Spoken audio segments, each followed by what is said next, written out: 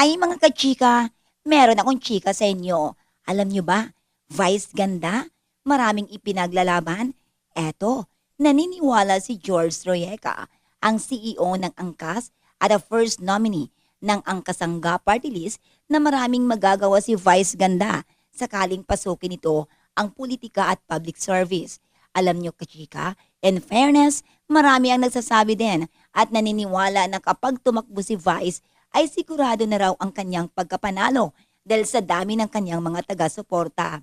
At alam nyo ba, eto, si Vice ang isa sa mga nagpupush ng angkas o sa Angkasangga Party List, kaya naman abot langit ang pasasalamat ni George sa phenomenal box office star na tiwala at suporta ibinigay nito sa kanilang grupo.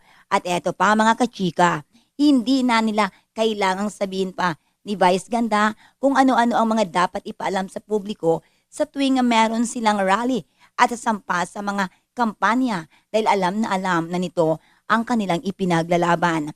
At eto pa, nauna nang sinabi ni Vice na marami nang lumapit sa kanya para mag-endorse ng party list pero wala siyang tinanggap na offer. Eto pa, bukod dito, nakiusap din si Vice kay George kung maaari nitong suportang maipasa ang bill kapag nakaupo na ito sa Kongreso.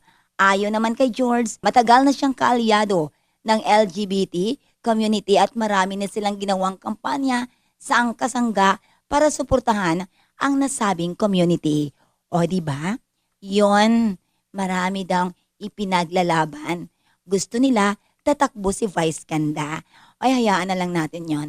Aabangan na lang natin May 25 election. Yan ang ating chika, mga kachika and the Atilen. Ti amo, I love you.